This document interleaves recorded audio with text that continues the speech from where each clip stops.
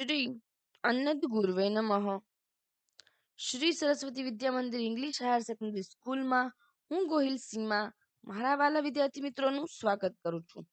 વિદ્યાર્થી મિત્રો, આજે આપણે પિરિયોડિક ટેસ્ટના રિવિઝન અસાઇનમેન્ટ પાર્ટ 3 નો અભ્યાસ કરીશું. વિદ્યાર્થી મિત્રો, આજના રિવિઝન અસાઇનમેન્ટમાં આપણે વ્યાકરણનો અભ્યાસ કરીશું. સૌથી પહેલા તો પ્રશ્ન પહેલો, નીચે આપેલા વાક્યોમાં યોગ્ય પ્રત્યય મૂકી વાક્ય ફરીથી લખો. પહેલું, અમેરિકા ડેક જઈશું, તો તેમાં આવશે અમેરિકા ડેકમાં જઈશું. તો માં છે એ પ્રત્યય છે. આ રીતે પ્રત્યય મૂકી વાક્ય ફરીથી લખવાનું છે. બીજું, મારા પુસ્તકો ઓળખ મળે છે, તો જવાબ છે મારા પુસ્તકોને ઓળખ મળે છે. ત્રીજું, રામજી ખેતર ખેડ્યું, ઉત્તર રામજીએ ખેતર ખેડ્યું. મારે પૈસા શું કામ, ઉત્તર મારે પૈસાનું શું કામ. નું છે એ પ્રત્યય છે. પાંચેક દહાડા એમનું ઘર ઠરીઠામ થઈ ગયું. પાંચેક દહાડામાં એમનું ઘર ઠરીઠામ થઈ ગયું. માં છે એ પ્રત્યય. માલણ ઝૂંપડી અને વાડી કોટ વચ્ચે ખાલી જગ્યા હતી. તો અહીં એકથી વધારે પ્રત્યય છે. જોવો, માલણની ઝૂંપડી અને વાડીના કોટ વચ્ચે ખાલી જગ્યા હતી. મને મારા વિચારો જણાવવા વ્યાકરણ જરૂર નથી જણાય. હેમચંદ્રાચાર્ય બોલે છે, મને મારા વિચારો જણાવવામાં વ્યાકરણની જરૂર નથી જણાઈ. માં અને ની પ્રત્યય છે. દીવા અજવાળે પ્રભાશંકર આંખ ઠેરવી સોય દોરો પરોવવા પ્રયત્ન કર્યો. દીવાને અજવાળે પ્રભાશંકરે આંખ ઠેરવીને સોયમાં દોરો પરોવવાનો પ્રયત્ન કર્યો. એકી સાથે એક વાક્યમાં 5 પ્રત્યયનો ઉપયોગ કર્યો છે. પહેલું, દીવાને અજવાળે પ્રભાશંકરે આંખ ઠેરવીને સોયમાં દોરો પરોવવાનો પ્રયત્ન કર્યો. વેનિસ એક સ્થળેથી બીજે સ્થળ જવા જળમાર્ગ છે, તો વેનિસમાં એક સ્થળેથી બીજે સ્થળે જવા જળમાર્ગ છે. માંથી અને સ્થળે. હોટલ માલિક પાસપોર્ટ લઈ ટેબલ ખાના મૂકી દીધો. હોટલના માલિકે પાસપોર્ટ લઈ ટેબલના ખાનામાં મૂકી દીધો. 11મું, 20 વર્ષ કાચા જુવાન વડાવીએ આવેલો જોઈ દલભાઈ અને વજેસંગ મૂછમાં હસ્યા. તો 20 વર્ષના કાચા જુવાનને વડાવીએ આવેલો જોઈ દલભાઈ અને વજેસંગ મૂછમાં હસ્યા. જોગેશ્વર આ કોલોની આસપાસ જંગલ હોવા સાપ થોડો ઉપદ્રવ રહેતો. જોગેશ્વરીની આ કોલોનીની આસપાસ જંગલ હોવાથી સાપનો અને થોડો ચોરનો ઉપદ્રવ રહેતો. એ ક્યારે? 5 પ્રત્યય આ વાક્યમાં છે. પ્રશ્ન બીજો, યોગ્ય નામ યોગી મૂકી અને વાક્ય ફરીથી લખો. તેમના ડોટ અમને ઘણી મદદ મળી છે. તેમના કારણે અમને ઘણી મદદ મળી છે. તે ધાબેથી ડોટ આવી ગયો. તે ધાબેથી નીચે આવી ગયો. તેમના મુખ ડોટ રોજના હાસ્ય સિવાય કંઈ જ નથી. એમના મુખ ઉપર રોજના હાસ્ય સિવાય કંઈ જ નથી. તમે અહીં જોઈ શકો છો, જે હું હાઇલાઇટ કરતી જાઉં છું તે નામયોગી છે. મંદિર ડોટ એક બગીચો છે. મંદિરની સામે છે એ નામયોગી છે. એક બગીચો છે. પ્રશ્નનો કોઈ ઉકેલ મળે તો પહેલા મિલાનના સ્ટેશન ડોટ ગાડી આવી ઊભી. પ્રશ્નનો કોઈ ઉકેલ મળે તે પહેલા મિલાનના સ્ટેશન ઉપર ગાડી આવી ઊભી. છાતી દોટ હાથ મૂકતા સુંદર ચપ લઈને ઊભી થઈ. છાતી પર હાથ મૂકતા સુંદર ચપ લઈને ઊભી થઈ. મહેનતની કમાણી દોઢ કમાયેલો $1 મફતમાં મળેલા $5 કરતા વધારે મહત્વનો છે. નામયોગી છે દ્વારા. મહેનતની કમાણી દ્વારા કમાયેલો $1 મફતમાં મળેલા $5 કરતા વધારે મહત્વનો છે. દવાને દોટ રામુની આંખમાં ઘેન હતું. દવાને લીધે રામુની આંખમાં ઘેન હતું. બાએ કબાટ દોટ કાઢ્યા. બાએ કબાટમાંથી કપડાં કાઢ્યા. નામયોગી છે માંથી. વાસણ સાફ કરી રસોડાના પ્લેટફોર્મ પર ગોઠવ્યા. તો જે પર છે એ નામયોગી છે.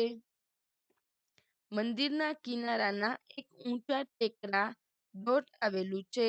મંદિર કિનારાના એક ઊંચા ટેકરા પર આવેલું છે. પર છે એ નામયોગી છે. કચેરી કામ ખાતર વિરાટ આવ્યો હતો. તો કચેરીના કામ ખાતર વિરાટ આવ્યો હતો.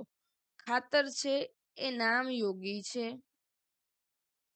મારી આળસને દોટ મારે ભોગવવું પડ્યું. મારી આળસને કારણે જ મારે ભોગવવું પડ્યું.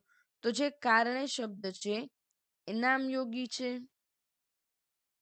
એના પછીનો પ્રશ્ન, યોગ્ય સંયોજકનો ઉપયોગ કરી નીચેના સાદા વાક્યો જોડો. પહેલું વાક્ય છે રામ વનમાં ગયા. બીજું છે સીતા વનમાં ગયા. ત્રીજું છે લક્ષ્મણ વનમાં ગયા. તો એને સંયોજકથી જોડવું હોય તો એ રીતે લખી શકાય, રામ, સીતા અને લક્ષ્મણ વનમાં ગયા. બીજું, પહેલું વાક્ય, હોટલમાં રાત રહેવાની મારા ભાઈએ વ્યવસ્થા કરી આપી હતી. બીજું, તેનો માલિક અંગ્રેજીનો આંકડો ન સમજે. ત્રીજું, અમે ઇટાલિયન ન સમજીએ. ઉત્તર જોઈએ. હોટલમાં રાત રહેવાની મારા ભાઈએ વ્યવસ્થા કરી આપી હતી, પણ તેનો માલિક અંગ્રેજીનો આંકડો ન સમજે ને અમે ઇટાલિયન ન સમજીએ. તો અહીં પણ અને ને સંયોજક દ્વારા વાક્ય જોડાયેલું છે. ત્રીજો પ્રશ્ન, એનું પહેલું વાક્ય, નાના નાના ટાપુઓ છે. બીજું વાક્ય, સરોવર છે. ત્રીજું, એક સ્થળેથી બીજે સ્થળે જવા માટે જળમાર્ગો છે. એનો ઉત્તર જોઈએ. નાના નાના ટાપુઓ અને સરોવરો છે, તેથી એક સ્થળેથી બીજે સ્થળે જવા માટે જળમાર્ગ છે. અહીં અને તેથી સંયોજક છે. ચોથો પ્રશ્ન, પહેલું વાક્ય, રાણીએ એને ખોળે લીધો. બીજું વાક્ય, ફાટેલા રેશમી વસ્ત્રએ થીગડું દેવા બેઠી. ત્રીજું વાક્ય, વસ્ત્ર સંધાય નહીં. ઉત્તર, રાણીએ એને ખોળે લીધો ને ફાટેલા રેશમી વસ્ત્રએ થીગડું દેવા બેઠી, પણ વસ્ત્ર સંધાય નહીં. અહીં ને તથા પણ શબ્દ સંયોજક છે. પાંચમું વાક્ય, રજાઓ ફરજિયાત હોવી જોઈએ. શિક્ષણ મરજિયાત હોવું જોઈએ. બાળપણ ન છીનવાય. આ ત્રણ વાક્યને સંયોજકથી જોડતા રજાઓ ફરજિયાત અને શિક્ષણ મરજિયાત હોવું જોઈએ, જેથી બાળપણ ન છીનવાય. તો અહીં અને તથા જેથી શબ્દ છે એ સંયોજક છે.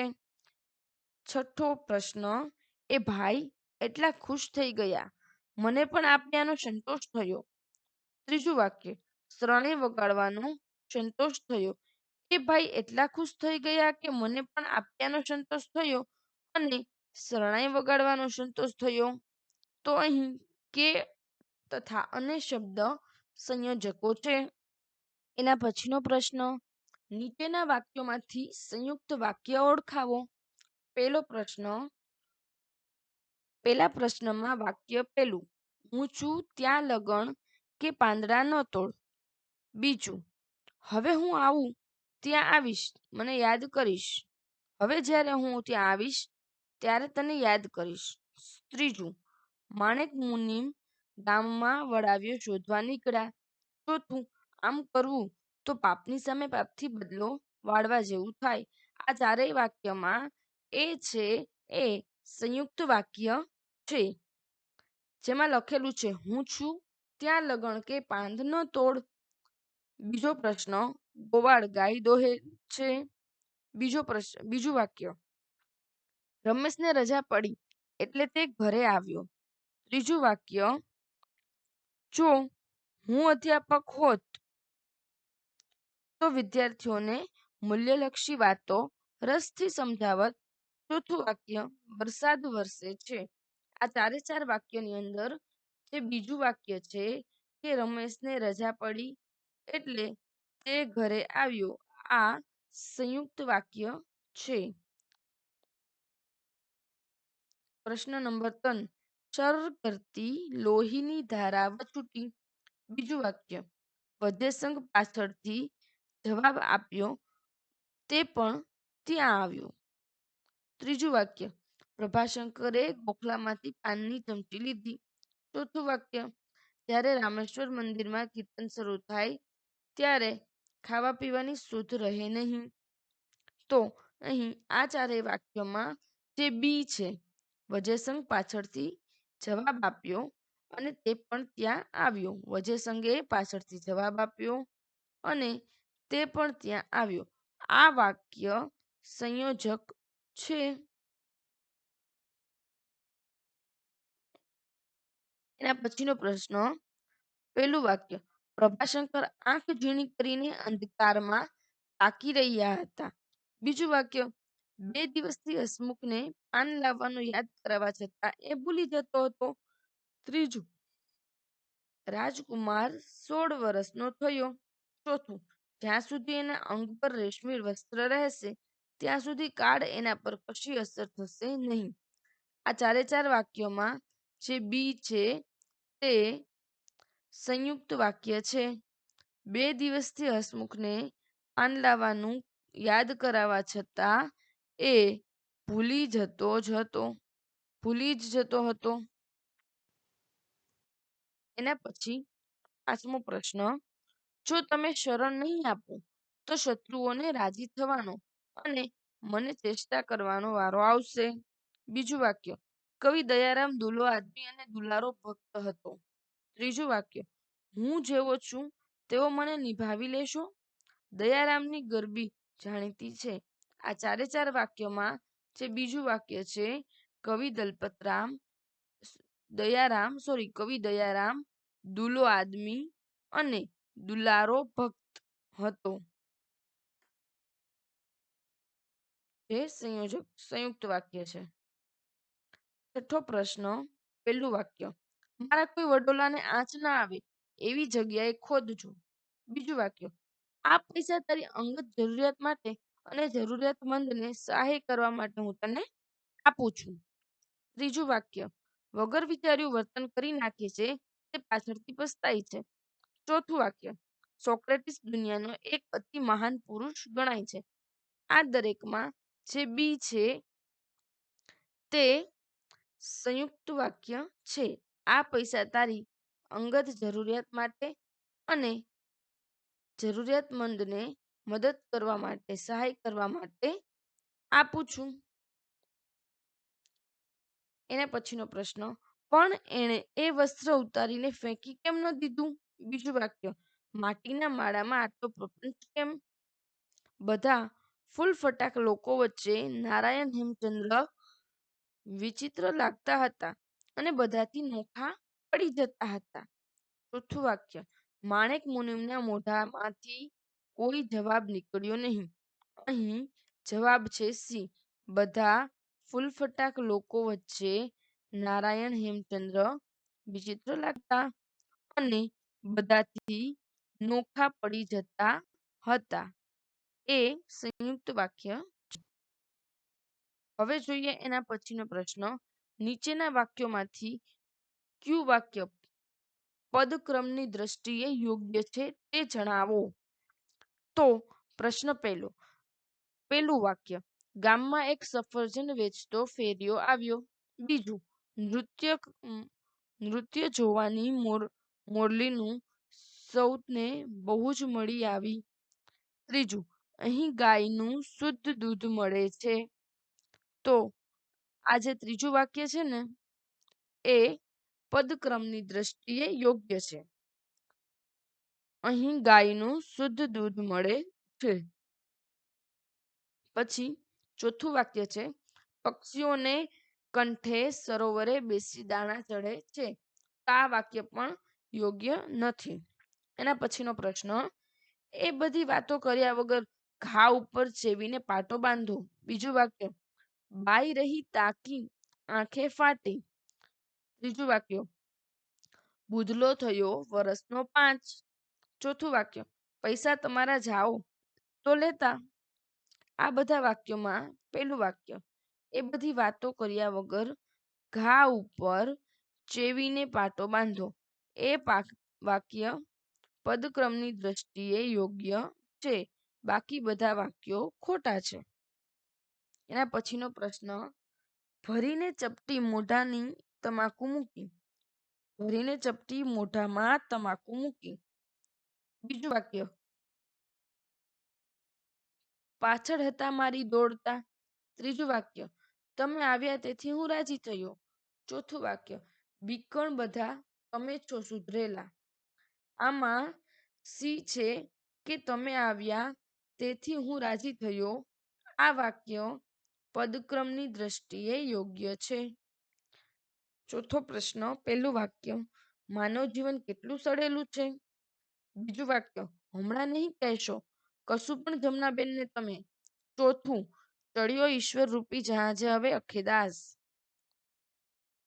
ચોથું, જેવો તમારા મને મળજો જન્મ જન્મ. ભાઈ જેવો તમારા મને મળજો જન્મ જન્મ. આ ચારેય વાક્યમાં પેલું જે વાક્ય છે, માનવ જીવન કેટલું સડેલું છે, તે પદક્રમની દ્રષ્ટિએ યોગ્ય છે. પછીનો પ્રશ્ન, તો સાથે મારી બોલે છે અંગ્રેજી કેમ. બીજું વાક્ય, તેને લીટીઓ પર કાગળ દોરી. ત્રીજું વાક્ય, જગતમાં આવી જળનગરી ભાગ્યે જ હશે. ચોથું વાક્ય, ભાષા બોલે તો ગાઈડ 4-5. આ વાક્યોની અંદર જે ત્રીજું વાક્ય છે, જગતમાં આવી જળનગરી ભાગ્યે જ હશે, તે પદક્રમની દ્રષ્ટિએ યોગ્ય છે.